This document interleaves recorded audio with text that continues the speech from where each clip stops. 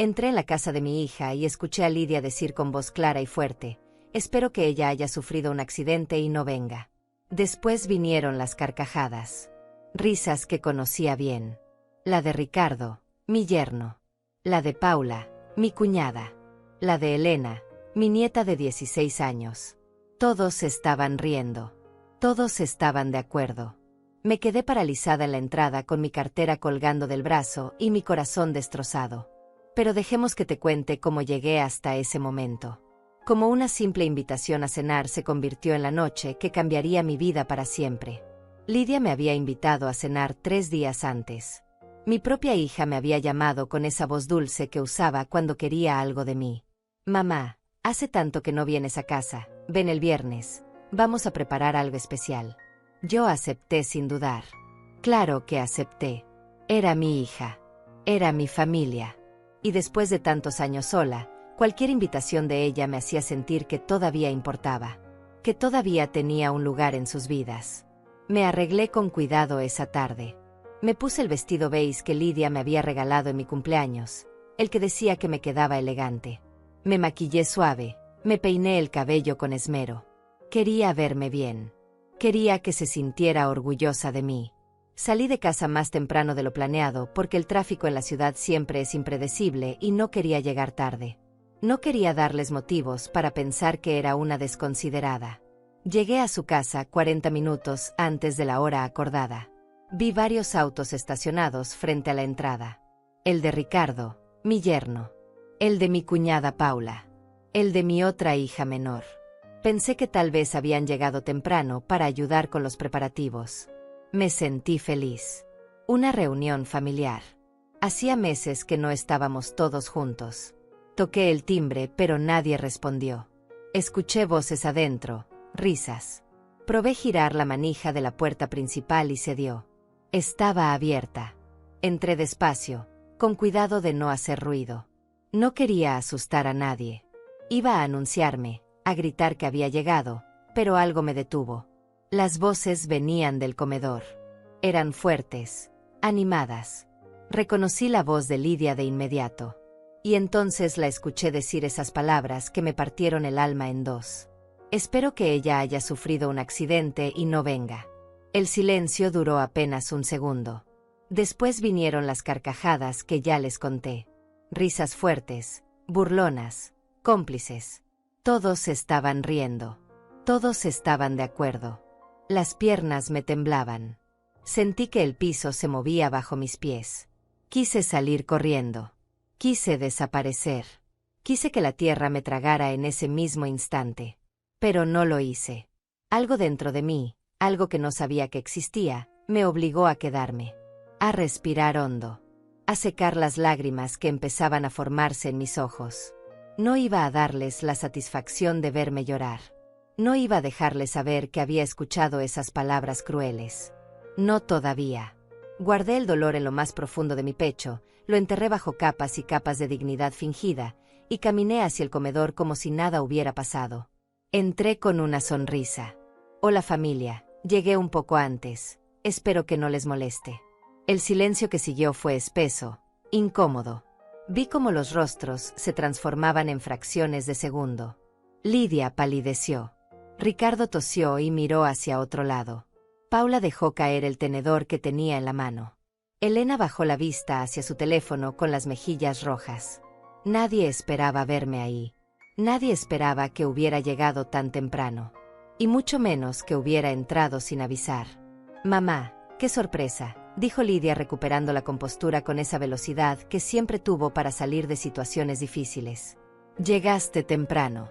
No te esperábamos hasta las 8. Sí, el tráfico estaba mejor de lo que pensé», respondí con calma, dejando mi cartera sobre una silla. «Espero no interrumpir nada importante». «No, claro que no, para nada», mintió ella. «Estábamos aquí charlando nomás. Ya sabes cómo es la familia. Pasa, siéntate, ahorita te sirvo algo de tomar». Me senté en la cabecera de la mesa, el lugar que siempre me reservaban cuando venía. El lugar de honor, solían decir. Ahora entendía que era solo una forma de mantenerme alejada del resto, de controlar la conversación, de asegurarse de que no escuchara lo que realmente pensaban de mí. Observé a cada uno de ellos. Ricardo evitaba mi mirada. Paula sonreía de forma mecánica. Elena seguía con los ojos clavados en la pantalla de su teléfono. Y Lidia se movía por la cocina con una energía nerviosa que no le conocía. ¿Qué estaban comentando?, pregunté con voz suave. Los escuché reírse desde afuera. Debe haber sido algo muy gracioso. Ah, nada importante, mamá, solo cosas del trabajo de Ricardo, dijo Lidia sin mirarme a los ojos. Ya sabes cómo es, siempre con sus anécdotas aburridas. Ricardo forzó una risa. Sí, cosas de la oficina, nada que te interese, Lucinda. Asentí despacio. Claro, nada que me interesara. Nunca nada les interesaba compartir conmigo de verdad. Siempre era yo la que preguntaba, la que intentaba conectar, la que buscaba algún tema de conversación para no sentirme tan fuera de lugar. Y ellos siempre con respuestas cortas, miradas distraídas, como si mi presencia fuera una obligación incómoda que debían tolerar por educación. La cena transcurrió en un ambiente extraño. Lidia trajo los platos con una sonrisa forzada. Pollo asado con papas. Nada especial. Nada que requiriera esfuerzo. Me pregunté si realmente había planeado preparar algo elaborado o si solo me había dicho eso por teléfono para que aceptara venir. Comimos en silencio la mayor parte del tiempo. Yo masticaba despacio, saboreando cada bocado no porque estuviera delicioso, sino porque necesitaba tiempo para procesar lo que acababa de descubrir. Espero que ella haya sufrido un accidente y no venga. Las palabras resonaban en mi cabeza una y otra vez, como un eco interminable. Mi propia hija había deseado que yo sufriera un accidente. Mi propia hija prefería que me pasara algo malo antes que tener que compartir una cena conmigo. Y todos habían reído. Todos habían estado de acuerdo. Incluso mi nieta, esa niña que yo había cuidado cuando era bebé, que había dormido en mis brazos incontables noches, que me llamaba abuela con esa voz dulce que me derretía el corazón. ¿Cómo estás del trabajo, Lidia?, pregunté intentando mantener la conversación. Bien, mamá, bien. Ocupada como siempre. ¿Y tú, Ricardo? ¿Cómo va todo en la empresa? Bien, Lucinda, todo bien.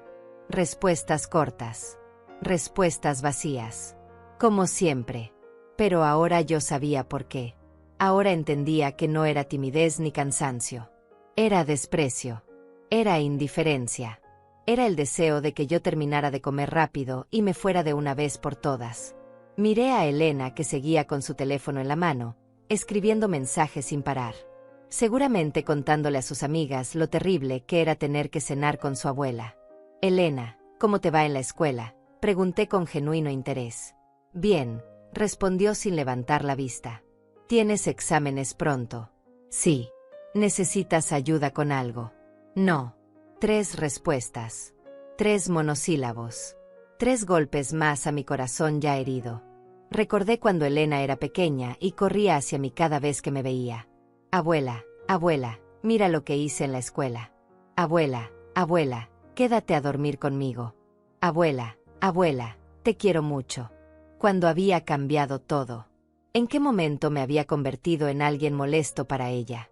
¿En qué momento había dejado de ser su abuela querida para convertirme en una carga que prefería evitar? La cena terminó más rápido de lo que esperaba. Lidia recogió los platos con prisa. Paula inventó una excusa sobre tener que irse temprano. Ricardo se refugió en la sala viendo televisión. Elena desapareció en su habitación. Y yo me quedé sentada en esa mesa, sintiendo como el peso de la soledad me aplastaba. Pero no iba a llorar. No frente a ellos. No les daría esa satisfacción. Me voy a ir ya, dije levantándome. Gracias por la cena, Lidia.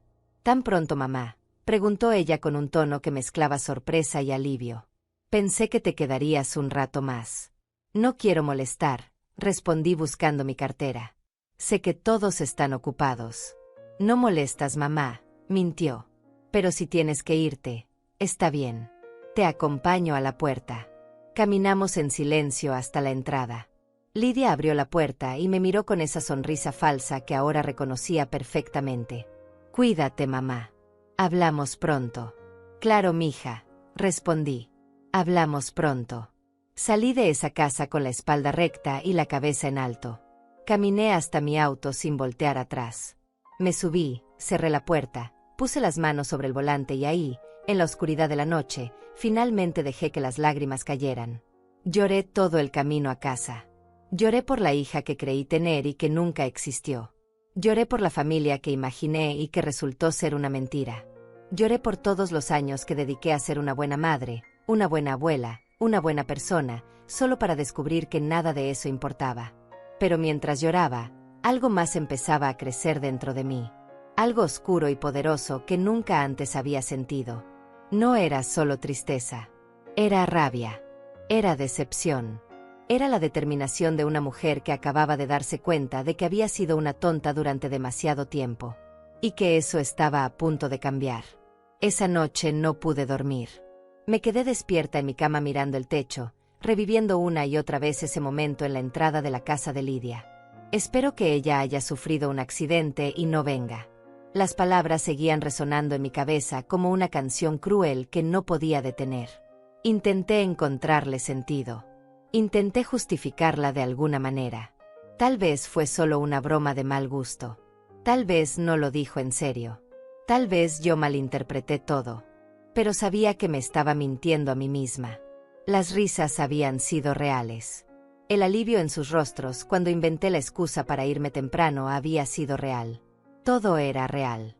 Y yo había sido demasiado ciega para verlo antes. O tal vez no ciega. Tal vez simplemente no había querido ver. Porque aceptar que tu propia hija no te quiere, que tu propia familia te ve como una carga, es demasiado doloroso. Es más fácil ignorar las señales, justificar los desaires, convencerte de que todo está bien. Me levanté de la cama cuando el reloj marcaba las 4 de la mañana. Preparé café y me senté en la cocina. La misma cocina donde había cocinado miles de comidas para Lidia cuando era niña. La misma cocina donde la había enseñado a hacer galletas, donde habíamos reído juntas, donde ella me había dicho mamá te quiero con esos ojos brillantes de niña feliz. Cuando se había roto todo. ¿En qué momento exacto mi hija había dejado de quererme? Comencé a recordar. A buscar en mi memoria los momentos que me habían traído hasta aquí.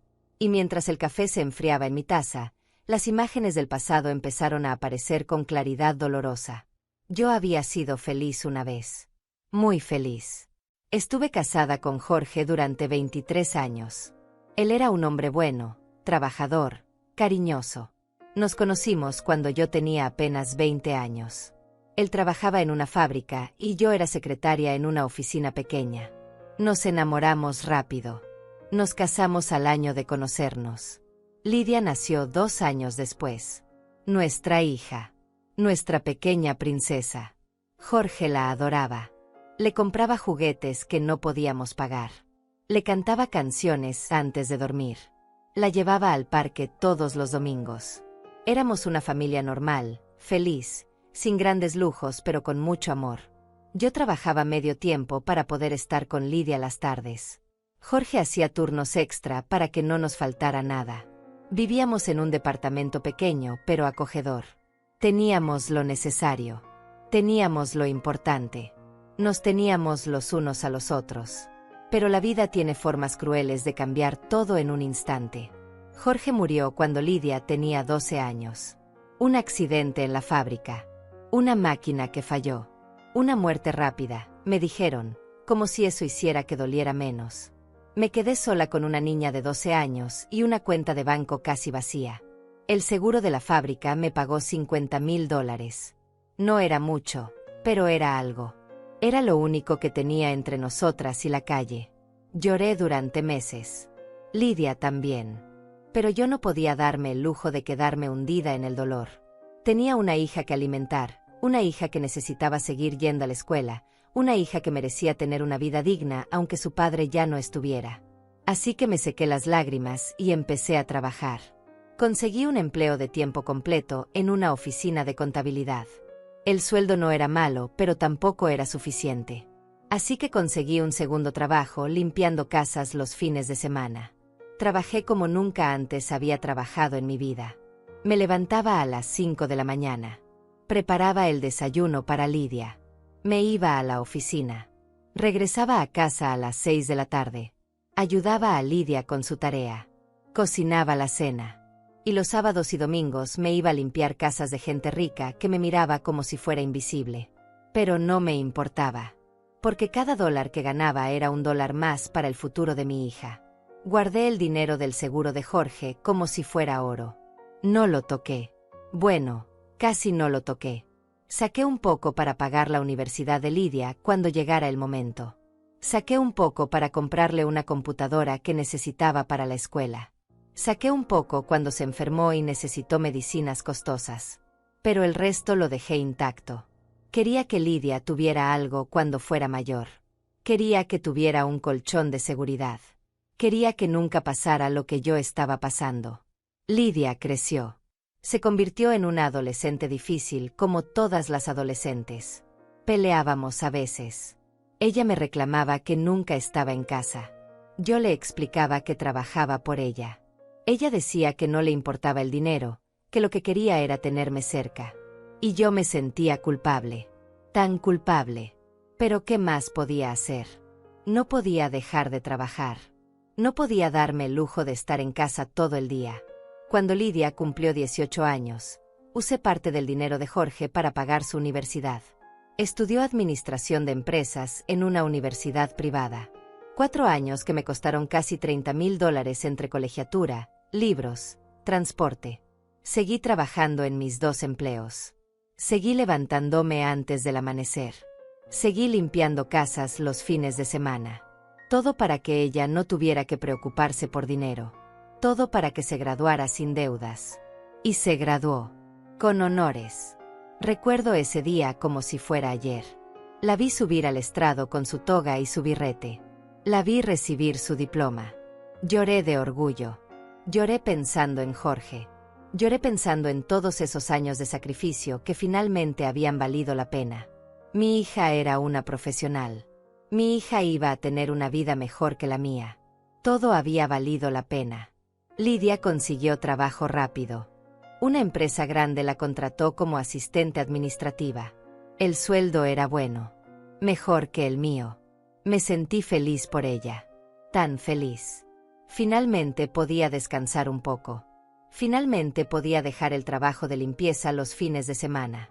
Finalmente podía respirar. 2 años después Lidia conoció a Ricardo. Él trabajaba en la misma empresa. Era supervisor de su departamento. Un hombre elegante, bien vestido, con buenos modales. Me lo presentó en una cena. Mamá, este es Ricardo, el hombre del que te he hablado. Yo lo recibí con cariño. Parecía buena persona. Parecía querer a mi hija. Y eso era lo único que me importaba.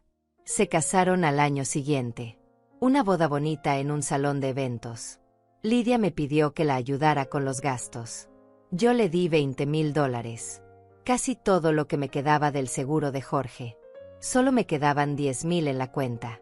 Mi fondo de emergencia. Mi colchón de seguridad. Pero era la boda de mi hija. Era un día especial. ¿Cómo iba a negarle eso? La boda fue hermosa. Lidia lucía radiante con su vestido blanco. Ricardo la miraba con amor. O eso creí ver. Bailé con ella la canción tradicional de madre e hija. Lloré otra vez. Pero esta vez eran lágrimas felices. Mi niña se casaba. Mi niña empezaba su propia familia. Todo estaba saliendo bien. Se mudaron a una casa que compraron juntos. Una casa pequeña pero bonita en un vecindario tranquilo. Yo seguía viviendo en mi departamento.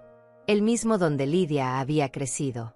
El mismo donde Jorge y yo habíamos sido felices. No era gran cosa, pero era mío.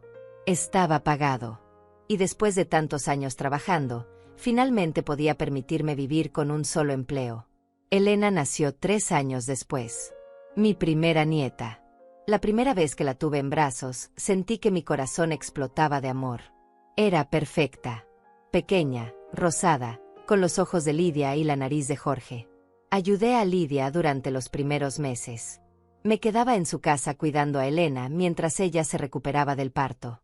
Me levantaba en las noches cuando la bebé lloraba. Le cambiaba los pañales. La mecía hasta que se dormía. Y amaba cada segundo de eso. Lidia me necesitaba entonces.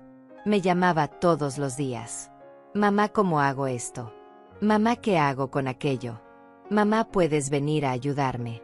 Y yo iba. Siempre iba. Porque eso hacen las madres. Porque mi hija me necesitaba y yo estaba ahí para ella. Pero algo empezó a cambiar cuando Elena creció. Al principio fueron cosas pequeñas. Lidia dejó de llamarme tan seguido. Cuando yo llamaba, sus respuestas eran cortas. Estoy ocupada, mamá. Te llamo después, mamá. No puedo hablar ahora, mamá. Pensé que era normal. Ella tenía una familia, un trabajo, una vida ocupada. Yo no podía esperar que estuviera disponible para mí todo el tiempo. Luego empezaron las cancelaciones. Quedábamos de vernos para comer y ella cancelaba a última hora. Surgió algo en el trabajo, mamá. Elena está enferma, mamá. Ricardo necesita que lo acompañe a un evento, mamá. Siempre había una excusa. Siempre había una razón por la que no podía verme. Los cumpleaños de Elena fueron reveladores. El primero, segundo, tercero cumpleaños, yo estaba ahí. Era la invitada especial. La abuela que había ayudado a criar a la bebé. Pero para el cuarto cumpleaños, la invitación llegó tarde. Para el quinto, casi ni me invitaron. Y para el sexto, fui pero me sentí fuera de lugar. Todos los demás invitados eran amigos de Ricardo, colegas de Lidia, padres de los amiguitos de Elena. Yo era la única persona mayor. La única que no encajaba. Empecé a notar cómo me trataban durante esas reuniones. Las conversaciones se detenían cuando yo me acercaba. Las risas se apagaban. Ricardo me hablaba con esa cortesía falsa que usas con extraños incómodos.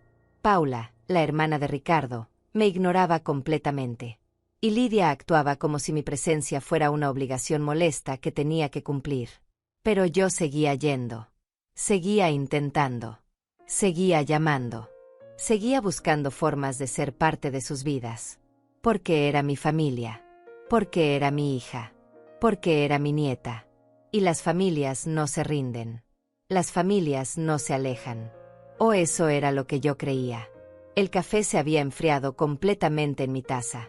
La luz del amanecer empezaba a filtrarse por la ventana de la cocina. Había pasado horas recordando.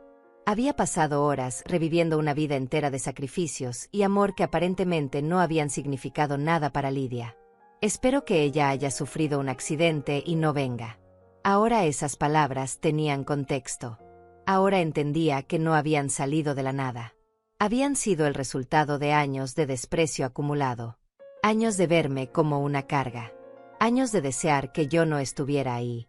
Y yo había sido demasiado tonta, demasiado ingenua, demasiado necesitada de amor para verlo. Me levanté de la silla y tiré el café frío en el fregadero. Me miré en el pequeño espejo que colgaba cerca de la puerta. Vi a una mujer de 62 años con ojeras profundas y arrugas que contaban historias de cansancio. Vi a una mujer que había dado todo por su hija y que no había recibido nada a cambio. Vi a una mujer que había sido una tonta. Pero también vi algo más. Vi a una mujer que todavía estaba de pie. Una mujer que había sobrevivido a la muerte de su esposo, que había criado sola a una hija, que había trabajado hasta el agotamiento, que había sacrificado sus sueños por los sueños de otros.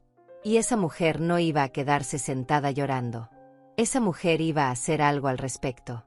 No sabía qué todavía. Pero algo iba a hacer.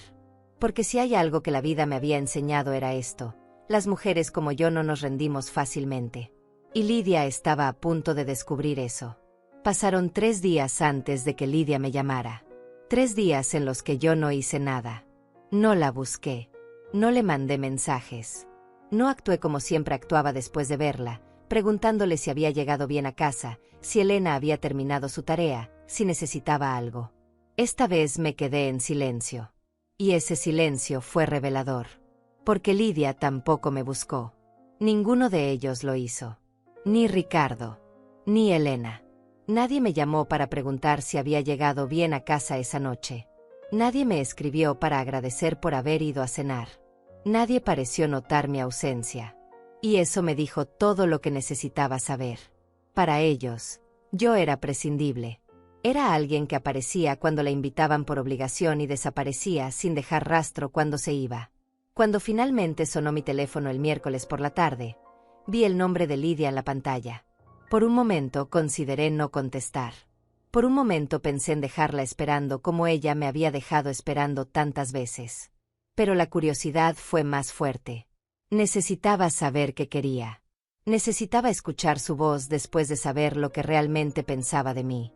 «Hola, mija», contesté con la voz más normal que pude. «Hola, mamá», respondió ella con ese tono casual que usaba cuando quería algo. «¿Cómo has estado?» «Bien, gracias». «¿Y ustedes?» «Todos bien por acá». «Oye, mamá, te llamo porque el sábado es el cumpleaños de Elena. Va a cumplir 17 años. Vamos a hacer una comida familiar. Nada grande, solo nosotros. Puedes venir. Puedes venir. No queremos que vengas. No nos encantaría que vinieras. Puedes venir». Como si fuera un favor que me estaban haciendo. Como si mi presencia fuera opcional e irrelevante. Sentí como la rabia subía por mi garganta. Pero me contuve. Todavía no era el momento. «Claro, mija», respondí. «¿A qué hora?» «A la 1. Y mamá, si puedes traer algo de postre estaría bien. Sabes que los pasteles de la tienda son caros». «Por supuesto. Llevo pastel». «Perfecto. Entonces nos vemos el sábado». Colgó sin decir nada más. Sin preguntarme cómo estaba realmente. Sin mostrar el más mínimo interés en mi vida. Y ahí estaba otra vez, la evidencia clara de que yo solo importaba cuando necesitaban algo de mí. Un pastel. Una ayuda económica. Alguien que cuidara a Elena. Pero como persona, como madre, como ser humano con sentimientos y necesidades, yo no existía para ellos. Me senté en el sofá y empecé a pensar. Ese cumpleaños iba a ser diferente. Esa reunión familiar iba a marcar el comienzo de algo. Yo iba a observar. Iba a estar atenta. Iba a buscar más señales de lo que realmente pensaban de mí. Y cuando tuviera suficiente información, iba a actuar. Pero primero necesitaba entender algo. Necesitaba saber si lo que había escuchado esa noche había sido un comentario aislado o si era parte de algo más grande. Necesitaba saber si Lidia me odiaba por alguna razón específica o si simplemente me veía como un estorbo del que quería deshacerse. Y para eso, necesitaba volver a esa casa. Necesitaba observarlos cuando creyeran que yo no estaba prestando atención. El sábado llegó más rápido de lo que esperaba. Me arreglé de nuevo con cuidado. Me puse un vestido sencillo color crema. Me maquillé suave. Me peiné el cabello. Quería verme presentable, pero no demasiado arreglada. No quería que pensaran que me estaba esforzando demasiado por ellos. Compré un pastel de chocolate en la panadería del barrio. Costó $30. Dinero que hubiera preferido ahorrar, pero era el cumpleaños de mi nieta. Todavía amaba a Elena a pesar de todo. Llegué exactamente a la 1. Ni antes ni después. No quería darles la oportunidad de hablar de mí sin que yo estuviera presente. Toqué el timbre y esta vez Elena abrió la puerta. «Hola, abuela», dijo sin sonreír. «Pasa». «Feliz cumpleaños, mi amor», le dije intentando abrazarla. Ella se apartó levemente. «Gracias». Dejó su regalo en la mesa de la sala. Entré y vi que ya estaban todos ahí. Lidia en la cocina. Ricardo en el comedor preparando la mesa. Paula sentada en el sofá viendo su teléfono. Y un hombre que no conocía, sentado junto a Paula. Alto, de unos 50 años, vestido con ropa cara. Lidia salió de la cocina y me vio. «Hola, mamá. ¿Trajiste el pastel?» «Sí, aquí está», dije entregándole la caja. Ella la tomó sin mirarme a los ojos. «Gracias. Ve y siéntate. Ya casi está todo listo». Me senté en el sillón individual, el mismo lugar donde me había sentado la última vez. El lugar apartado.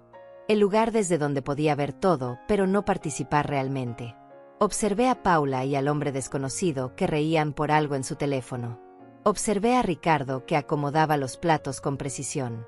Observé a Elena que se había ido a su habitación sin dirigirme otra palabra. «¿Quién es él?», le pregunté a Lidia señalando al hombre en el sofá. «Ah, es Leonardo, el socio de Ricardo en un proyecto nuevo que tienen. Lo invitamos porque no tiene familia aquí en la ciudad». Asentí. Así que habían invitado a un extraño al cumpleaños de Elena, pero a mí me hacían sentir como una intrusa. Interesante. La comida transcurrió con la misma tensión incómoda de la última vez. Todos hablaban entre ellos menos conmigo. Leonardo contaba historias de sus viajes. Paula se reía escandalosamente. Ricardo asentía y agregaba comentarios. Lidia servía la comida con esa sonrisa falsa pegada en la cara. Y yo comía en silencio, observando, escuchando, grabando cada detalle en mi memoria. Entonces sucedió algo que lo cambió todo. Elena bajó de su habitación y se sentó a la mesa con cara de aburrimiento. «Mamá, ¿puedo irme con mis amigas después de comer?», preguntó sin mirar a nadie en particular. Lidia la miró con desaprobación. «Es tu cumpleaños, Elena. Se supone que debes estar aquí con la familia». «Pero es aburrido», respondió Elena con ese tono adolescente que todas las madres conocen. «Además no entiendo por qué invitaste a ella si nunca hacemos nada divertido cuando viene». El silencio que siguió fue ensordecedor. Elena había dicho ella. No abuela. No Lucinda. Ella. Como si yo fuera un objeto. Como si mi presencia fuera tan insignificante que ni siquiera merecía un nombre. Lidia no la corrigió. Ricardo no dijo nada. Paula sonrió levemente y miró hacia otro lado. Y Leonardo, el extraño que no conocía a nadie, fue el único que pareció incómodo con el comentario. Sentí como algo dentro de mí se rompía definitivamente. No fue dramático. No fue un colapso emocional. Fue simplemente la última pieza de un rompecabezas que finalmente encajaba en su lugar. Mi familia no me quería. Mi familia me despreciaba. Y lo habían estado haciendo durante tanto tiempo que hasta Elena, que había crecido con mi amor y mis cuidados, ahora me trataba como basura. Terminé de comer en silencio. Canté el feliz cumpleaños cuando trajeron el pastel que yo había comprado. Vi a Elena soplar las velas y pedir un deseo. Me pregunté si ese deseo incluía que yo desapareciera de sus vidas para siempre. Comí mi pedazo de pastel mecánicamente, sin saborearlo. Y cuando finalmente pude irme, lo hice sin despedirme de nadie. Nadie notó mi partida. En el auto, manejando de regreso a casa, tomé una decisión. Ya no iba a seguir siendo la tonta que rogaba por amor. Ya no iba a seguir siendo la madre desesperada que se aferraba a una familia que no la quería. Iba a descubrir qué era lo que realmente estaba pasando. ¿Por qué Lidia me odiaba tanto? ¿Qué había hecho yo para merecer este trato? Y cuando tuviera las respuestas, iba a actuar en consecuencia. Porque una cosa era clara, algo más estaba pasando aquí. Nadie pasa de ser una hija amorosa a desear que su madre sufra un accidente sin una razón. Tenía que haber algo más. Y yo iba a descubrir qué era. Esa noche no pude dormir otra vez. Me quedé despierta en la oscuridad de mi habitación, mirando las sombras que se movían en el techo, pensando en todo lo que había visto y escuchado. Pero esta vez no estaba solo triste. Esta vez estaba enojada. Y esa rabia era diferente a cualquier cosa que hubiera sentido antes. Era fría, calculada, determinada. Empecé a repasar mi vida con Lidia desde el principio, buscando el momento exacto en que todo había cambiado, buscando la razón detrás de su desprecio. Porque tenía que haber una razón. La gente no te odia sin motivo, especialmente no tu propia hija. Recordé los años después de la muerte de Jorge, cómo yo trabajaba sin parar, cómo llegaba tarde a casa. Como a veces Lidia tenía que calentar su propia cena porque yo seguía limpiando casas hasta las 9 de la noche. Tal vez me culpaba por eso. Tal vez pensaba que yo la había abandonado emocionalmente. Tal vez guardaba rencor por todos esos años en que yo no estuve presente como ella necesitaba. Pero yo había hecho todo eso por ella. Cada hora extra que trabajé fue para darle una vida mejor. Para que pudiera ir a la universidad. Para que no tuviera que preocuparse por dinero. Para que tuviera oportunidades que yo nunca tuve. ¿Cómo podía culparme por eso? ¿Cómo podía odiarme por sacrificarme por ella? Luego pensé en su boda. Los $20,000 que le di. Casi todo lo que me quedaba del seguro de Jorge. Dinero que yo había guardado durante años con tanto cuidado. Lidia nunca me lo agradeció realmente. Nunca me dijo: mamá, no puedo creer lo que estás haciendo por mí. Nunca pareció entender la magnitud de ese sacrificio. Simplemente tomó el dinero como si se lo debiera. Como si fuera su derecho. Y después de la boda, las visitas se volvieron menos frecuentes. Las llamadas más cortas. Las excusas más elaboradas. Fue como si una vez que obtuvo lo que necesitaba de mí, ya no había razón para mantener la fachada de hija cariñosa. Me levanté de la cama a las 3 de la mañana. Fui a la cocina y saqué una libreta vieja que guardaba en un cajón. Empecé a escribir. Fechas. Eventos. Conversaciones que recordaba. Quería tener un registro claro de todo. Quería ver el patrón completo escrito frente a mí. Anoté la primera vez que Lidia canceló una cita conmigo después de casarse. Fue 2 meses después de la boda. Habíamos quedado de almorzar juntas y ella llamó una hora antes diciendo que Ricardo la había invitado a conocer a unos clientes importantes. Lo siento, mamá. Otra vez será. No hubo otra vez durante 3 meses. Anoté la primera vez que me sentí incómoda en su casa. Fue cuando Elena tenía 2 años. Yo había ido a visitarla sin avisar porque pasaba cerca. Toqué la puerta y Lidia abrió con cara de sorpresa que rápidamente se transformó en molestia apenas disimulada. Mamá, hubieras avisado. Estamos ocupados. Solo pasé a saludar rápido y me fui sintiéndome como una intrusa. Anoté cada cumpleaños, cada Navidad, cada ocasión especial donde mi presencia parecía ser tolerada más que deseada. Anoté los comentarios pasivo-agresivos que había ignorado en su momento. Mamá, estás envejeciendo, deberías cuidarte más. Mamá, ese vestido te queda un poco ajustado, ¿no crees? Mamá, tu departamento está muy viejo, ¿por qué no te mudas a algo más moderno? Cuando terminé de escribir, tenía 5 páginas llenas. 5 páginas de evidencia que mostraban un patrón claro. Lidia había estado alejándose de mí durante años. Y yo había estado demasiado desesperada por su amor para admitirlo. Pero todavía no tenía la respuesta a la pregunta más importante. ¿Por qué? ¿Qué la había hecho cambiar así? Que la había convertido en alguien capaz de desear que su propia madre sufriera un accidente. El sol empezaba a salir cuando finalmente volví a la cama. Pero ya no para dormir. Para planear. Necesitaba información. Necesitaba entender qué estaba pasando realmente en la vida de Lidia. Y tenía que hacerlo sin que ella lo supiera. Me acordé de Ana Torres. Mi amiga desde hacía 20 años. Nos habíamos conocido cuando trabajábamos juntas en la oficina de contabilidad. Ella se había jubilado hacía 3 años, pero seguíamos en contacto. Ana era una mujer sabia, directa, sin filtros. Si alguien podía ayudarme a ver las cosas con claridad, era ella. La llamé esa misma mañana. Ana, necesito hablar contigo. ¿Puedes venir a mi casa? Claro, Lucinda. ¿Pasa algo malo? Sí. Pero prefiero contártelo en persona. Ana llegó 2 horas después con una bolsa de pan dulce y café. Se sentó en mi sofá y me miró con esos ojos penetrantes que tenía. Cuéntame todo. Y le conté. Le conté sobre la cena. Sobre las palabras de Lidia. Sobre el cumpleaños de Elena. Sobre años de sentirme rechazada. Le conté todo mientras las lágrimas corrían por mi cara y mi voz se quebraba en los momentos más dolorosos. Ana escuchó en silencio.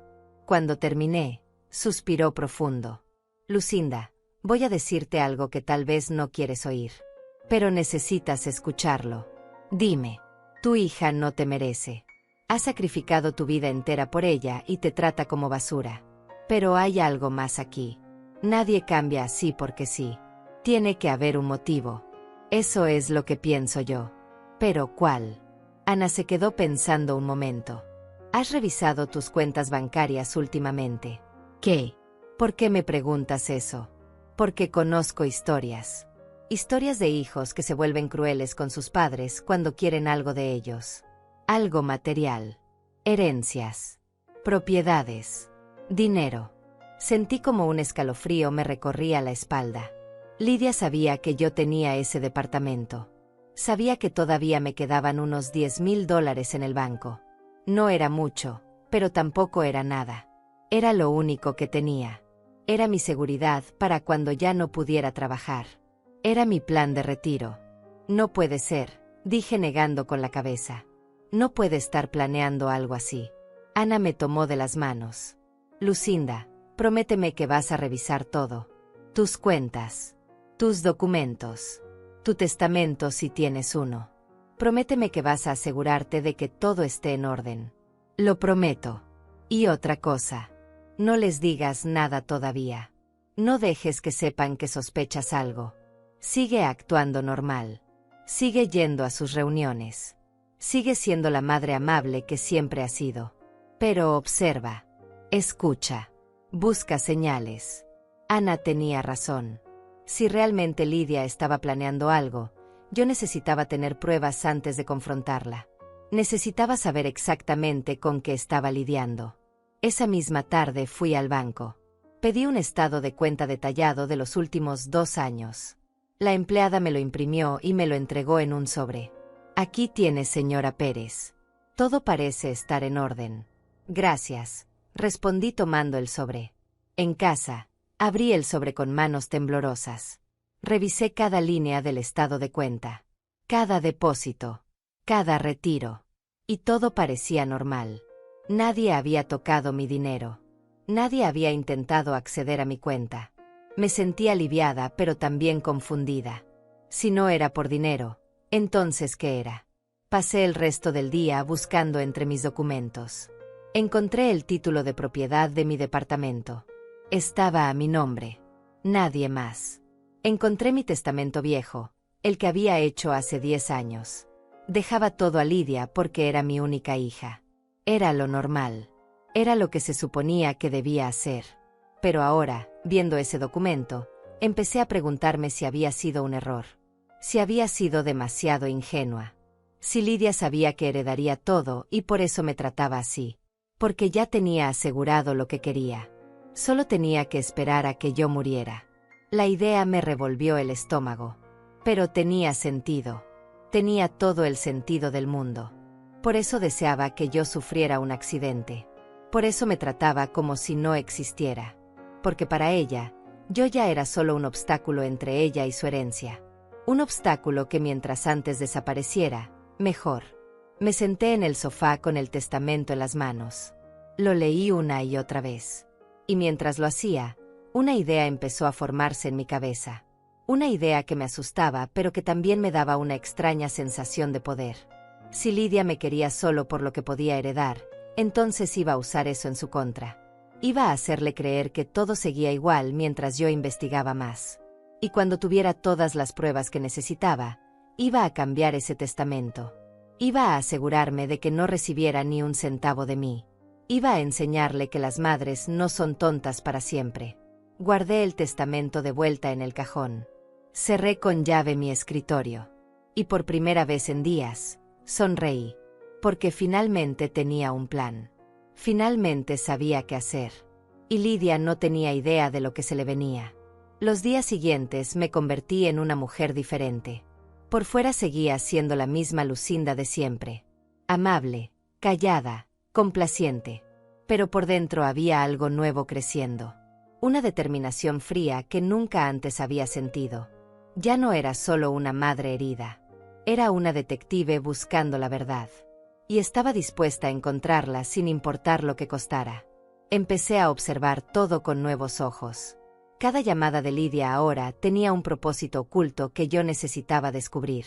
Cada invitación era una oportunidad para recopilar información. Me volví más atenta, más astuta. Aprendí a escuchar lo que no decían tanto como lo que decían. Lidia me llamó el martes siguiente. Su voz sonaba dulce otra vez. Esa dulzura falsa que ahora reconocía tan bien. Mamá, ¿cómo estás? Te he estado pensando. Mentira. No me había pensado. Solo quería algo. Estoy bien, mija. ¿Qué se te ofrece? Hubo una pausa. Luego suspiró. Bueno, la verdad es que Ricardo y yo estamos pensando en remodelar la cocina. Es un proyecto grande y los contratistas están pidiendo un adelanto considerable. Pensé que tal vez tú podrías prestarnos algo. Te lo pagaríamos en cuotas, por supuesto. Ahí estaba. La verdadera razón de su llamada. Dinero. Siempre era dinero. ¿Cuánto necesitan? Pregunté manteniéndome calmada. Bueno, el adelanto es de $15,000. Pero no tienes que darlos todos. Con 10,000 estaría bien. Sé que tienes algo ahorrado. Mi corazón latía fuerte, pero mi voz salió firme. Déjame revisar mis cuentas y te digo. Cuando necesitan el dinero. En 2 semanas sería perfecto. Está bien. Te confirmo en unos días. Colgué el teléfono sintiendo como la rabia me hervía por dentro. $10,000. Exactamente todo lo que me quedaba en el banco. No era coincidencia. Lidia sabía perfectamente cuánto tenía. Había hecho sus cálculos. Y ahora venía por ello con una excusa perfecta. Una remodelación de cocina. Algo que no podía verificar. Algo que podía ser verdad o no. Llamé a Ana inmediatamente. Acaba de pedirme $10,000. Exactamente lo que tengo ahorrado. ¿Lo ves? Te lo dije. Hay algo más pasando aquí. ¿Qué vas a hacer? Voy a darle largas. Decirle que necesito tiempo. Mientras tanto, voy a investigar si realmente están remodelando algo o si es solo una mentira. Bien. Y otra cosa, Lucinda. Necesitas revisar si han intentado algo con tu departamento. Si han hablado con abogados. Si han hecho consultas sobre herencias. No confíes en nada. Ana tenía razón. No podía confiar en nada. Necesitaba información concreta. Así que esa misma tarde hice algo que nunca pensé que haría. Contraté a un investigador privado. Busqué en internet hasta encontrar una agencia pequeña con buenas reseñas. Llamé y pedí una cita. Al día siguiente estaba sentada en una oficina modesta frente a un hombre de unos 50 años llamado Santiago Bravo. Señora Pérez, ¿en qué puedo ayudarla?, preguntó con voz profesional. Le conté una versión resumida de mi situación. Le hablé de Lidia, de sus palabras crueles, de la petición de dinero, de mis sospechas. Él escuchó tomando notas. Entiendo. Quiere que investigue las finanzas de su hija y su yerno. Que averigüe si realmente van a remodelar su cocina. Y que verifique si han hecho consultas legales sobre su propiedad o herencia. Exacto. ¿Cuánto cobra por eso? Mis honorarios son $800 la semana. Probablemente necesite 2 semanas para darle información sólida. $1,600. Era mucho dinero. Pero necesitaba saberlo. Necesitaba tener pruebas. Está bien. ¿Cuándo puede empezar? Hoy mismo. Le di toda la información que tenía. La dirección de Lidia. El nombre completo de Ricardo. Los lugares donde trabajaban. Todo lo que podía ayudarlo. Santiago me aseguró que sería discreto. Que nadie se enteraría de la investigación. Y yo confié en él porque no tenía otra opción. Mientras Santiago investigaba, yo seguí con mi vida normal. Lidia me llamó 2 veces más preguntando por el dinero. Cada vez le di una excusa diferente. Que estaba esperando que me pagaran en el trabajo. Que había tenido gastos inesperados. Que necesitaba revisar bien mis finanzas. Ella se impacientaba pero trataba de no demostrarlo. Sonreía con los dientes apretados y decía «Está bien, mamá, sin prisa». Pero yo sabía que había prisa. Sabía que necesitaban ese dinero por alguna razón que todavía no entendía completamente. Y estaba decidida a descubrir cuál era. 10 días después, Santiago me llamó. Tengo información para usted. Puede venir a mi oficina mañana. Esa noche no dormí. Me la pasé dando vueltas en la cama preguntándome qué habría descubierto. ¿Qué tan profunda era la traición de Lidia? ¿Qué tan grave era la situación? A la mañana siguiente llegué a la oficina de Santiago a las 9 en punto. Él me recibió con una carpeta gruesa en las manos. Me senté y él abrió la carpeta frente a mí. Señora Pérez, tengo información importante. Parte de ella confirmará sus sospechas. Parte la sorprenderá. Dígame todo. Santiago sacó varios documentos. Fotografías. Estados de cuenta. Registros públicos. Primero, sobre la remodelación de la cocina. No hay ningún contratista contratado. No hay permisos solicitados. No hay compras de materiales. La historia de la remodelación es falsa. Sentí como algo se rompía dentro de mí. Aunque lo sospechaba, escucharlo confirmado era diferente. Lidia me había mentido descaradamente. Me había inventado una historia completa solo para sacarme dinero. Segundo, prosiguió Santiago. Ricardo y Lidia tienen deudas significativas. Deben $35,000 en tarjetas de crédito. Están atrasados en el pago de su casa por 3 meses. Hay avisos de embargo. Están en una situación financiera muy difícil. Por eso necesitaban mi dinero. No para remodelar nada. Para salvar su casa. Para pagar sus deudas. Para mantener el estilo de vida que no podían costear. Tercero, y esto es lo más preocupante, visitaron a un abogado hace 2 meses. Un abogado especializado en herencias y tutelas. ¿Qué significa eso? Pregunté sintiendo como el miedo me apretaba el pecho. Santiago me miró con seriedad. Significa que estaban averiguando sobre los procedimientos para declarar a alguien incompetente mentalmente, para obtener tutela legal sobre esa persona, y para manejar sus bienes.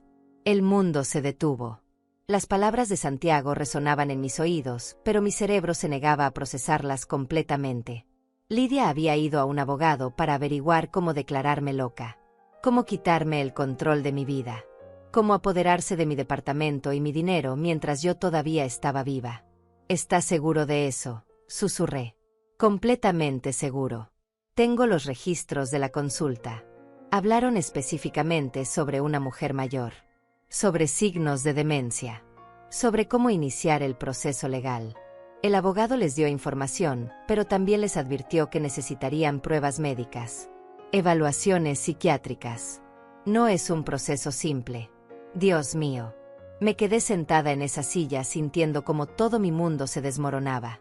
Mi hija no solo me despreciaba. Mi hija estaba planeando activamente destruir mi vida. Estaba planeando encerrarme, declararme incapaz, robarme todo lo que tenía.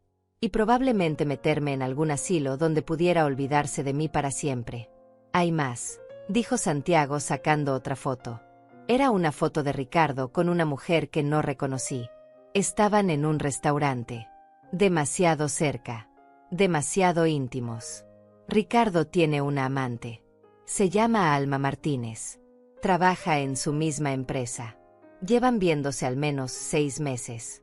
¿Lidia lo sabe?, pregunté. No puedo confirmarlo con certeza, pero hay indicios de que sí. Encontré mensajes entre Lidia y su cuñada Paula donde mencionan problemas matrimoniales, donde hablan de aguantar un poco más hasta que resuelvan lo del dinero. Todo empezaba a tener sentido. Lidia estaba en un matrimonio que se caía a pedazos. Tenía deudas enormes. Estaba a punto de perder su casa. Y su solución no era trabajar más duro o pedir ayuda de manera honesta. Su solución era robarme. Era destruirme. Era declararme loca para poder quedarse con lo poco que yo tenía. El odio que sentí en ese momento fue más fuerte que cualquier cosa que hubiera experimentado en mi vida. No era solo traición. Era crueldad pura. Era maldad calculada. Era el tipo de cosa que hace un extraño, no tu propia hija. ¿Qué debo hacer?, le pregunté a Santiago con voz temblorosa. Primero, no les dé ni un centavo. Segundo, cambie su testamento inmediatamente. Tercero, vaya con un médico y pida evaluaciones completas que demuestren que está perfectamente sana mentalmente. Necesita protegerse legalmente antes de que ellos hagan su movimiento. ¿Puedo usar esta información en contra de ellos? Puede. Todo lo que le he dado es legal y verificable. Si decide confrontarlos o tomar acciones legales, tiene pruebas sólidas. Salí de esa oficina con la carpeta bajo el brazo y una determinación de acero en mi corazón. Lidia había cruzado una línea que no tenía retorno. Había demostrado que no era solo una hija ingrata. Era una persona peligrosa. Una persona capaz de destruir a su propia madre por dinero. Pero había subestimado a la mujer que la había criado. Había olvidado que yo había sobrevivido a perder al amor de mi vida. Que había trabajado hasta el agotamiento para darle todo. Que había enfrentado la vida con valentía cuando todos me daban por vencida. Y ahora iba a recordarle quién era realmente Lucinda Pérez. No era una vieja tonta que podían manipular. Era una mujer fuerte que estaba a punto de contraatacar. Y cuando lo hiciera, Lidia se iba a arrepentir de cada palabra cruel que había dicho. De cada plan malvado que había tramado. De cada momento en que pensó que podía destruirme sin consecuencias. La guerra acababa de comenzar. Y yo no pensaba perderla. Esa misma tarde hice 3 cosas. Primero, fui al banco y abrí una cuenta nueva en una entidad diferente. Transferí mis $10,000 ahí. Dejé solo 500 en la cuenta vieja. Si Lidia intentaba algo, encontraría casi nada. Segundo, pedí cita con un abogado especializado en testamentos. Y tercero, programé evaluaciones médicas completas, incluyendo una evaluación psiquiátrica. Iba a tener pruebas irrefutables de que estaba perfectamente cuerda. El abogado me atendió 2 días después. Se llamaba Pablo Torres. Era un hombre serio de unos 60 años, con experiencia en casos familiares complicados. Le conté toda mi situación. Le mostré los documentos que Santiago me había dado. Él los revisó con atención. Señora Pérez, está haciendo lo correcto al protegerse. Su hija y su yerno están en una situación desesperada, y las personas desesperadas hacen cosas terribles. Necesitamos asegurarnos de que usted esté protegida legalmente en todos los frentes. ¿Qué me recomienda? Primero, vamos a hacer un testamento nuevo. Uno donde su hija no sea la única beneficiaria. Puede dejar su patrimonio a instituciones de caridad, a otras personas, como usted prefiera. Segundo, vamos a hacer un poder notarial duradero donde usted designe a alguien de confianza para que tome decisiones por usted solo si realmente llega a necesitarlo. Así nadie puede declararse tutor sin su consentimiento previo. Tengo una amiga, Ana Torres. Confío en ella completamente. Perfecto. Ella puede ser su apoderada. También le recomiendo que haga un documento de voluntades anticipadas donde especifique qué tipo de cuidado médico quiere o no quiere. Todo esto hace mucho más difícil que alguien tome control de su vida sin su permiso. Pasamos las siguientes 2 horas redactando documentos.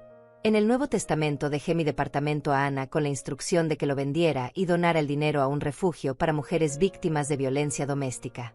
Mi dinero en el banco lo dividí entre 3 organizaciones benéficas. A Lidia no le dejé nada. Absolutamente nada. Firmar ese documento fue liberador y doloroso al mismo tiempo. Era la confirmación final de que mi hija no merecía nada de mí. Pero también era la forma de proteger mi legado de sus manos sucias. Las evaluaciones médicas tomaron 1 semana. Me hicieron análisis de sangre, pruebas cognitivas, evaluación psiquiátrica completa. El psiquiatra fue particularmente minucioso. Me hizo preguntas sobre mi memoria, mi estado de ánimo, mi capacidad para tomar decisiones. Le conté mi situación familiar sin entrar en detalles. Él escuchó con atención. Señora Pérez, usted está completamente sana mentalmente. Su memoria es excelente para su edad. Su capacidad de razonamiento es clara. No hay ningún signo de demencia, deterioro cognitivo o incapacidad para manejar sus propios asuntos. Voy a documentar todo esto en un reporte detallado que usted puede usar legalmente si lo necesita. Gracias, doctor. No sabe cuánto significa esto para mí. Salí de esa consulta con el reporte médico en mano, sintiéndome invencible. Ahora tenía pruebas. Tenía protección legal. Tenía todo lo que necesitaba para enfrentarme a Lidia. Pero antes del confrontamiento final, necesitaba una cosa más. Necesitaba que ella se delatara completamente. Necesitaba escucharla admitir sus planes. Y para eso, necesitaba una trampa. Llamé a Lidia esa noche. Hola, mija. Ya revisé mis finanzas. Puedo prestarte los $10,000 que necesitas. La escuché respirar aliviada del otro lado de la línea. Ay, mamá, gracias. No sabes cuánto te lo agradezco. De verdad nos salvas la vida. Mentiras. Todo mentiras. Pero tengo una condición. Continué. Quiero que tengamos una reunión familiar. Tú, Ricardo, Elena y yo. Quiero que hablemos sobre el futuro. Sobre mis planes cuando ya no pueda cuidarme sola. Me estoy haciendo mayor y necesito saber que ustedes estarán ahí para mí. Hubo un silencio. Podía imaginar las ruedas girando en su cabeza. Claro, mamá. Por supuesto. ¿Cuándo quieres que sea la reunión? El próximo domingo. En tu casa. Podemos almorzar juntos y después hablamos tranquilos. Perfecto. Aquí te esperamos. Y mamá, lleva los papeles de tu cuenta bancaria. Para hacer la transferencia del préstamo más fácil. Por supuesto, mija. Llevo todo. Colgué el teléfono y sonreí. Lidia había mordido el anzuelo perfectamente. Ahora solo necesitaba prepararme para el domingo. para el día en que todo cambiaría, para el día en que Lucinda Pérez dejaría de ser la víctima y se convertiría en la justiciera. Llamé a Ana y le conté el plan. Vas a confrontarlos. ¿Estás segura? Completamente segura. Pero necesito que estés cerca. Por si acaso las cosas se ponen difíciles. Voy a estar esperando tu llamada. Y Lucinda, ten cuidado. Las personas acorraladas pueden volverse peligrosas. Lo sé, pero ya tomé mi decisión. No voy a seguir viviendo con miedo. No voy a seguir siendo la tonta que todos pueden pisar. El domingo llegó demasiado rápido y demasiado lento al mismo tiempo. Me arreglé con cuidado. Me puse un vestido gris elegante. Me peiné perfectamente. Me maquillé. Quería verme fuerte. Quería verme poderosa. Porque eso era exactamente lo que sentía. Antes de salir de casa, revisé que llevara todo. El reporte del investigador privado. El Nuevo Testamento. El reporte médico.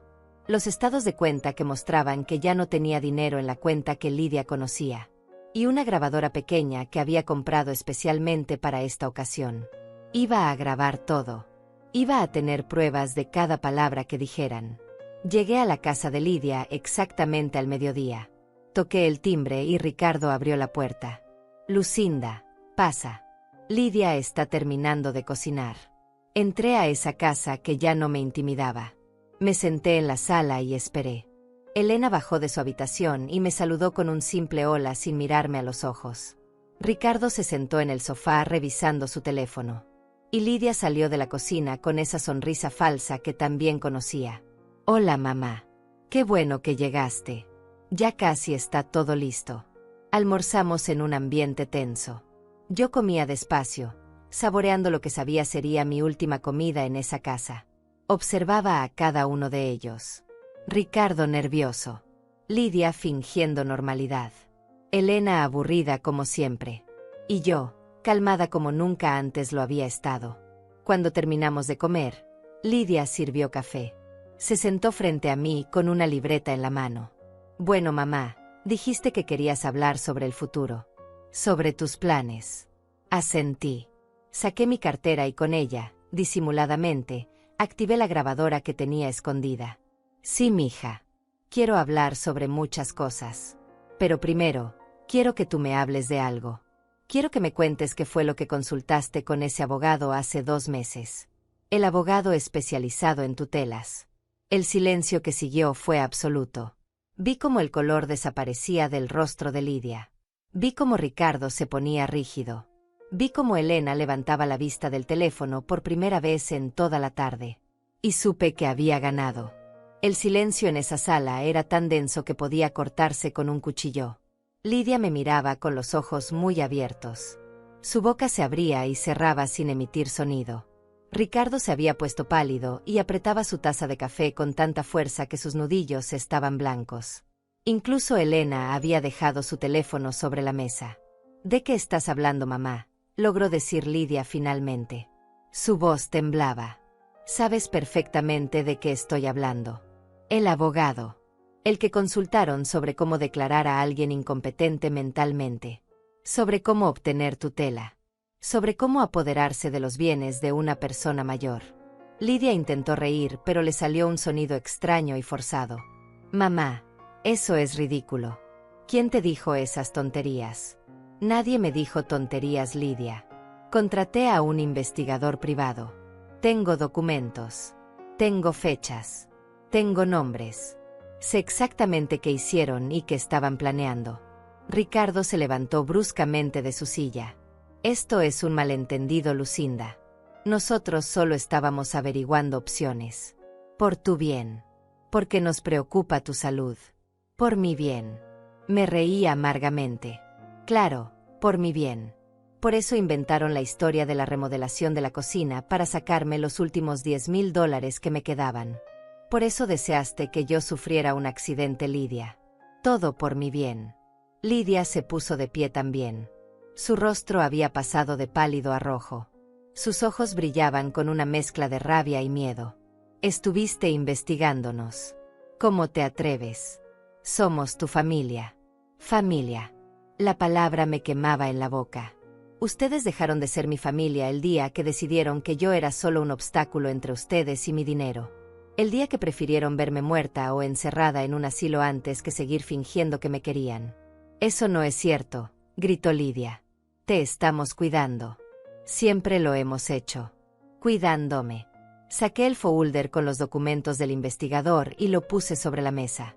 Lo abrí y empecé a sacar papeles uno por uno. Estos son sus estados de cuenta. $35,000 en deudas. 3 meses atrasados en el pago de la casa. Avisos de embargo. Necesitan dinero desesperadamente y pensaron que la forma más fácil de conseguirlo era declararme loca. Ricardo intentó tomar los documentos, pero yo los aparté. ¿Cómo conseguiste eso? Eso es privado. Es ilegal. Es completamente legal cuando se hace a través de investigadores autorizados. Y hay más. Saqué las fotos de Ricardo con Alma Martínez. Tu amante. Alma Martínez. 6 meses viéndola. Lidia lo sabe, ¿verdad, Ricardo? Sabe que su matrimonio es una mentira, pero decidió quedarse hasta que pudieran robarme. Elena se levantó de la mesa con lágrimas en los ojos. Abuela, ¿qué está pasando? Lo que está pasando, Elena, es que tus padres son unos mentirosos. Son unos ladrones que estaban dispuestos a destruir a su propia madre y abuela por dinero. Lidia caminó hacia mí con los puños apretados.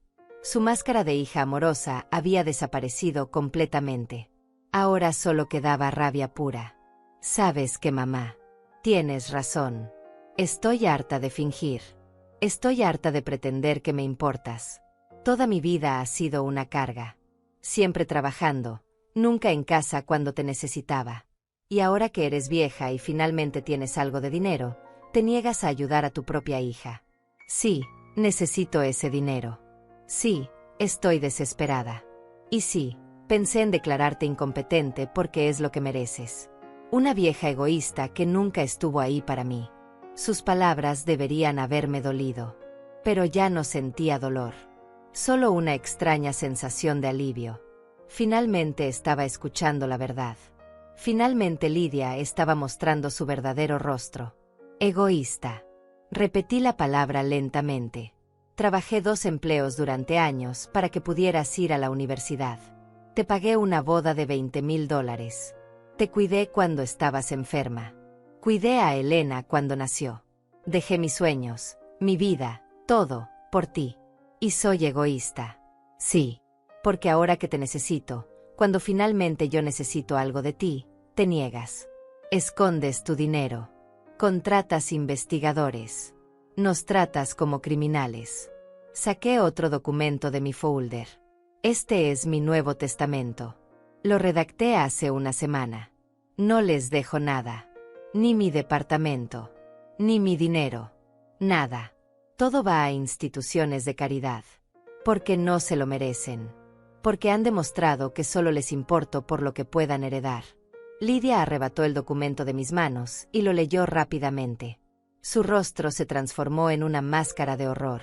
No puedes hacer esto. Soy tu hija. Tengo derecho. No tienes ningún derecho. Y tampoco tienes ninguna oportunidad de declararme incompetente. Este otro documento es mi evaluación psiquiátrica completa. Dice que estoy perfectamente sana. Que no hay ningún signo de demencia o deterioro cognitivo. Si intentan algo legal contra mí, esto los destruirá en la corte. Ricardo intentó acercarse con las manos levantadas en gesto de paz. Lucinda, calmemos las cosas. Podemos hablar esto como adultos. No es necesario llegar a extremos. Los extremos los crearon ustedes. Yo solo me estoy defendiendo. En ese momento, algo cambió en la expresión de Lidia. Su rabia se transformó en algo más calculador. Más peligroso. Sabes que, mamá, tienes razón. No te queremos. Nunca te quisimos. Eras útil cuando podíamos sacarte dinero o usarte de niñera. Pero ahora solo eres una vieja molesta que se interpone en nuestro camino. Y si no nos vas a ayudar, entonces no quiero volver a verte en mi vida. Perfecto.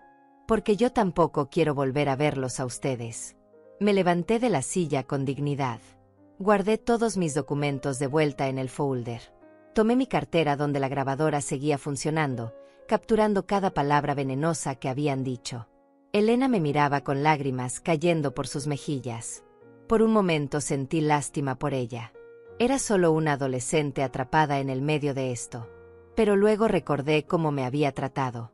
Cómo me había llamado ella como si yo no tuviera nombre. Y la lástima desapareció. Adiós, Elena. Espero que cuando crezcas entiendas que la familia no se trata de sangre. Se trata de amor y respeto. Cosas que tus padres nunca te enseñaron. Me dirigí hacia la puerta. Lidia me siguió gritando. Vete entonces. Vete y muérete sola en ese departamento miserable. Nadie te va a extrañar. Nadie va a ir a tu funeral. Vas a morir sola y olvidada como la vieja amargada que eres. Me detuve en la puerta y me volteé para mirarla una última vez. Prefiero morir sola que vivir rodeada de gente que me odia. Al menos tendré mi dignidad intacta. Algo que ustedes nunca tuvieron. Salí de esa casa y cerré la puerta detrás de mí. No miré atrás. No lloré. Caminé hacia mi auto con la cabeza en alto. Me subí, arranqué y manejé de regreso a mi departamento sintiendo algo que no había sentido en años. Libertad. Cuando llegué a casa, llamé a Ana. Ya terminó. Se acabó. Dije todo lo que tenía que decir. ¿Cómo te sientes? Pensé en la pregunta. ¿Cómo me sentía realmente? No estaba triste. No estaba destrozada. Estaba cansada. Pero también estaba en paz. Me siento libre, Ana. Por primera vez en años, me siento completamente libre. Esa noche dormí mejor que nunca. No hubo pesadillas. No hubo lágrimas.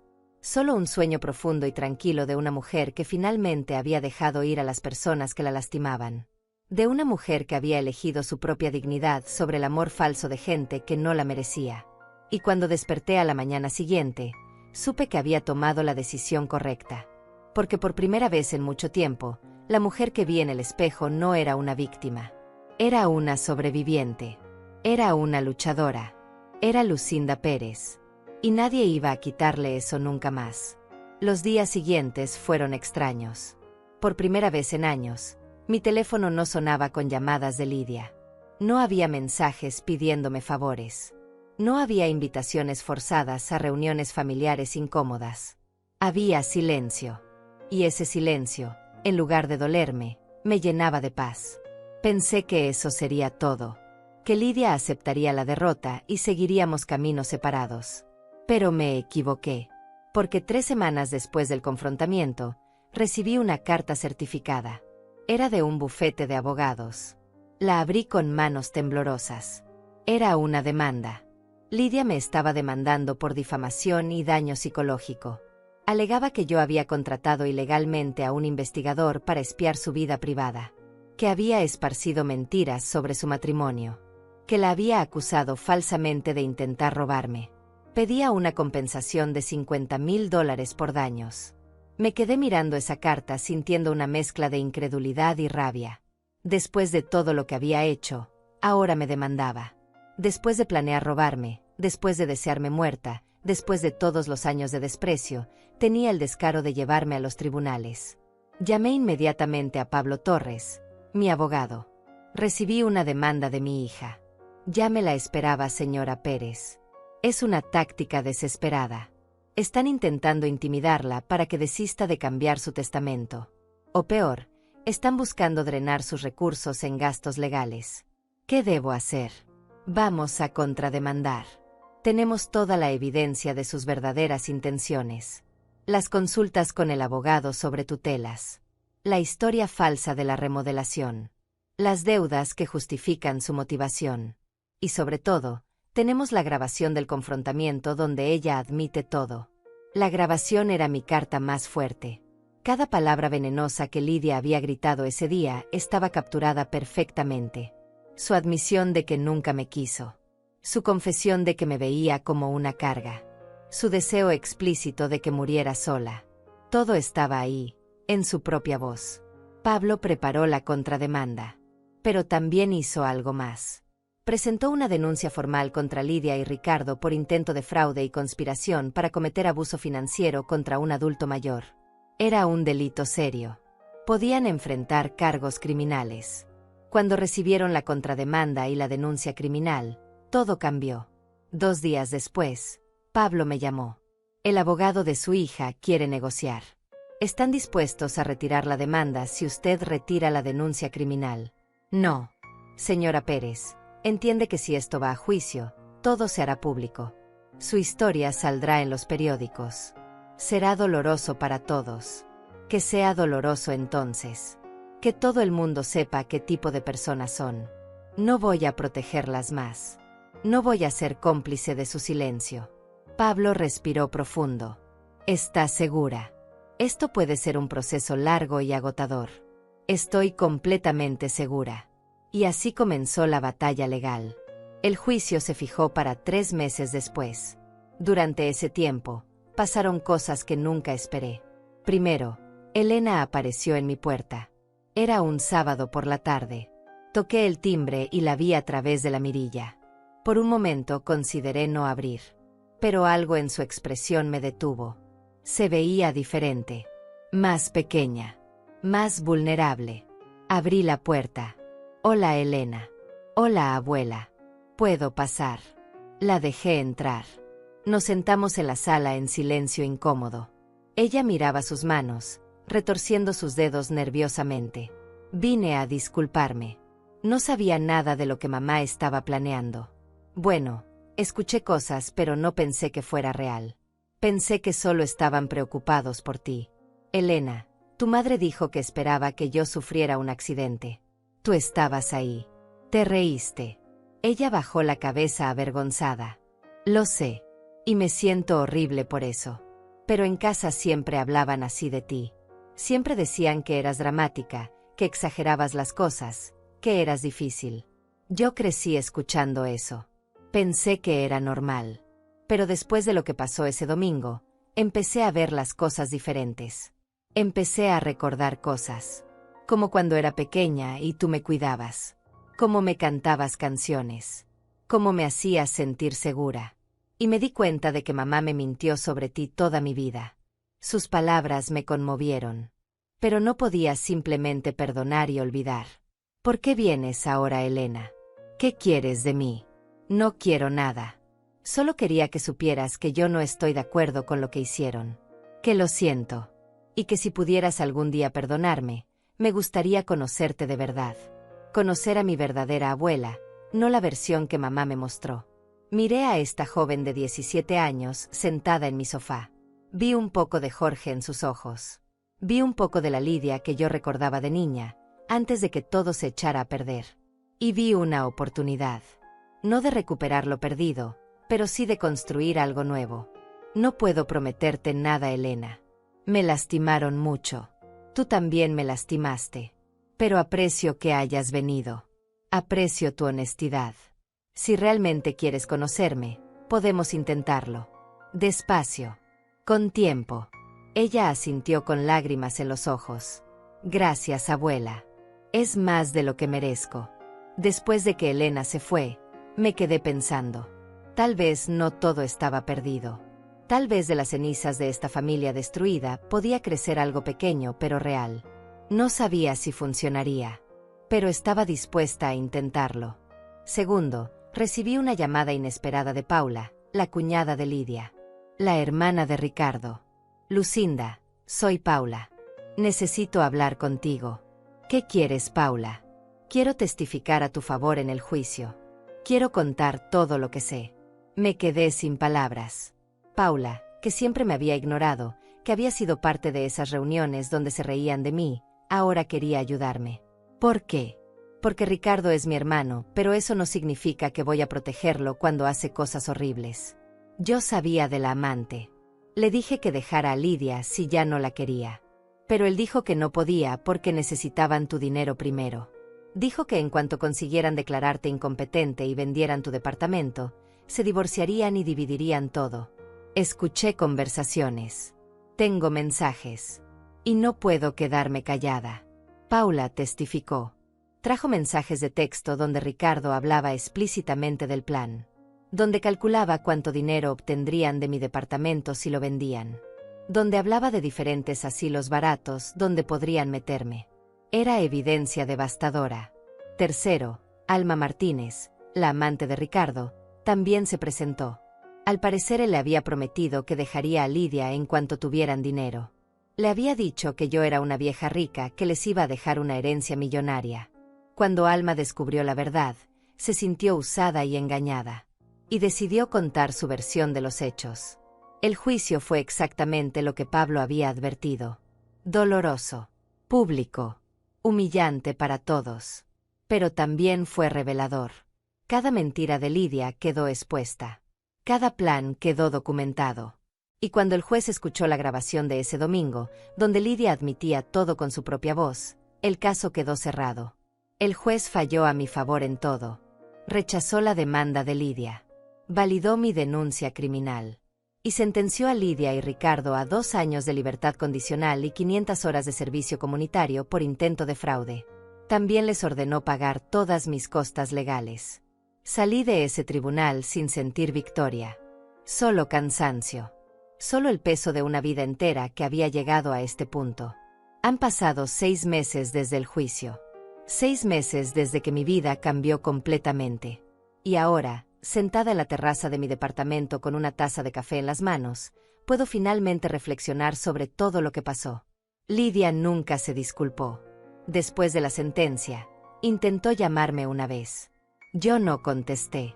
Dejó un mensaje de voz donde decía que todo era mi culpa, que yo había destruido a la familia, que algún día me arrepentiría. Borré el mensaje y bloqueé su número. No tenía nada más que decirle. No tenía nada más que escuchar. Ricardo y ella se divorciaron 3 meses después del juicio. Como Paula había predicho, una vez que quedó claro que no obtendrían nada de mí, ya no tenían razón para seguir juntos. Él se fue a vivir con Alma. Lidia tuvo que vender la casa para pagar las deudas y mudarse a un departamento pequeño. La ironía no se me escapó. Ahora ella vivía como yo había vivido durante años. Con lo justo. Con lo necesario. Sin lujos. Elena viene a visitarme cada 2 semanas. Al principio eran visitas cortas e incómodas. Nos sentábamos en silencio sin saber qué decirnos. Pero poco a poco empezamos a hablar.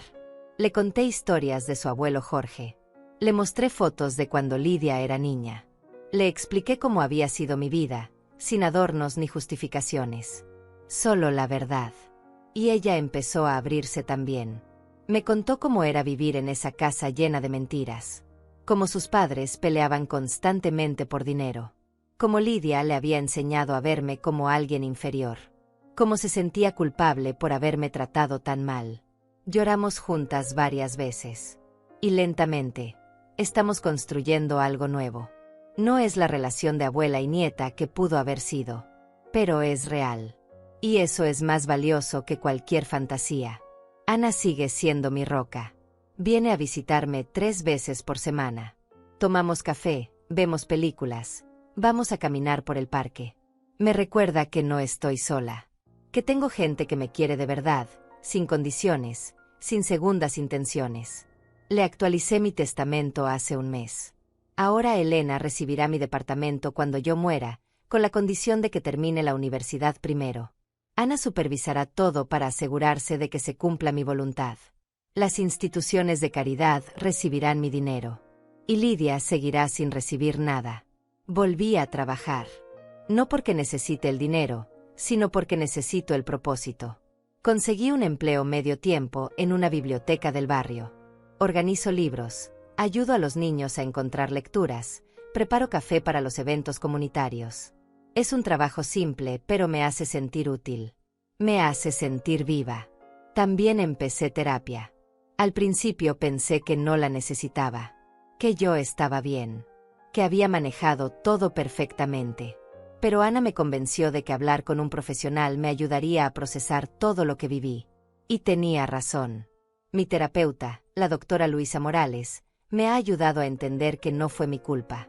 Que hice lo mejor que pude con las herramientas que tenía. Que fui una buena madre aunque Lidia no lo reconozca. Y que está bien sentir dolor por la pérdida de esa relación sin sentir culpa. A veces todavía me duele. A veces veo a otras madres con sus hijas en el parque y siento una punzada en el pecho. A veces me pregunto qué hubiera pasado si hubiera hecho las cosas diferente. Si hubiera trabajado menos cuando Lidia era niña. Si hubiera estado más presente. Si hubiera sido más estricta o más flexible. Si hubiera visto las señales antes. Pero después recuerdo las palabras de la doctora Morales. No puedes controlar cómo otras personas eligen amarte. Solo puedes controlar cómo te amas a ti misma. Y yo finalmente aprendí a amarme. Aprendí a valorarme. Aprendí que merezco respeto y dignidad. Y que no tengo que aceptar migajas de afecto de gente que me ve como una carga. La semana pasada recibí una carta. No tenía remitente, pero reconocí la letra de inmediato. Era de Lidia. La abrí con manos temblorosas. Decía cosas sobre cómo su vida estaba destruida. Sobre cómo todo era mi culpa. Sobre cómo yo había elegido a extraños sobre mi propia sangre. Sobre cómo algún día, cuando yo estuviera en mi lecho de muerte, me arrepentiría de haber sido tan cruel con ella. Leí la carta 2 veces. Después la rompí en pedazos pequeños y la tiré a la basura. No sentí rabia. No sentí tristeza. Solo una extraña indiferencia. Lidia seguía siendo la misma persona. Seguía sin aceptar responsabilidad por sus acciones. Seguía culpándome por todo. Y yo ya no tenía energía para seguir cargando con su amargura. Hoy es martes. Elena viene a almorzar. Voy a prepararle las enchiladas que tanto le gustaban cuando era pequeña. Ana también vendrá. Vamos a sentarnos las 3 en mi pequeña cocina y vamos a reír y hablar y disfrutar de la compañía mutua. Y eso es familia. No la sangre. No los lazos biológicos. Sino las personas que eligen quedarse. Las personas que te aman por quien eres, no por lo que pueden obtener de ti. Mi departamento ya no se siente vacío. Ya no siento ese peso en el pecho cuando me despierto. Ya no lloro hasta quedarme dormida. Todavía tengo días difíciles. Todavía hay momentos donde la traición duele como el primer día. Pero son cada vez menos frecuentes. Y cada vez más manejables. Hace unos días encontré una foto vieja. Era de Lidia cuando tenía 5 años. Estaba en mis brazos, sonriendo con esa sonrisa de dientes de leche, con los ojos brillantes de felicidad. La miré durante mucho tiempo. Y me permití sentir el duelo. El duelo por esa niña que ya no existe. El duelo por la relación que nunca tuvimos realmente. El duelo por todos los años que perdí esperando amor que nunca llegó. Después guardé la foto en una caja en el fondo del armario. No la tiré. Pero tampoco la dejé a la vista. Porque esa Lidia ya no existe. Y la Lidia que existe ahora no es alguien que quiero en mi vida. Y está bien.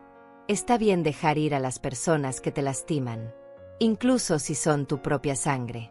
Tengo 62 años. Probablemente me queden 20 o 30 años más de vida si tengo suerte. Y voy a vivirlos en mis propios términos. Voy a rodearme de gente que me valore. Voy a hacer las cosas que me hacen feliz. Voy a viajar si quiero.